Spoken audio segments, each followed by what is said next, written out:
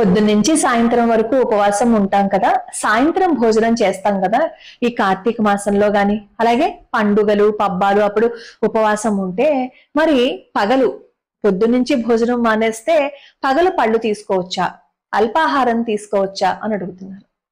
శరీర స్థితి మీరు ఉండగలను అని అనుకుంటే చక్కగా ఉండండి, ఉండలేము అని అనుకున్నారనుకోండి పళ్ళు తీసుకోండి, పళ్ళు తీసుకుని కూడా మేము ఉండలేము అని అనుకున్నారనుకోండి అల్పాహారం తీసుకోండి, అల్పాహారం తీసుకుని కూడా మేము ఉండలేము అని అనుకున్నారనుకోండి భోజనం చేయండి.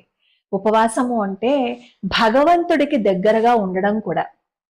అలాగే మన మీద మనకి నియంత్రణ ఉందా లేదా, మనం నిగ్రహంగా ఉండగలమా లేదా అని. ఈ పరీక్ష నిగ్రహంగా ఉండగలమా లేదా అనే పరీక్ష మన ఆరోగ్యాన్ని దెబ్బతీసే విధంగా ఉండకూడదు. కాబట్టి మీరు ఉండగలిగితే చక్కగా ఉండండి, ఉండలేకపోతే చక్కగా పళ్ళు తీసుకోవచ్చు, తప్పేమీ లేదు.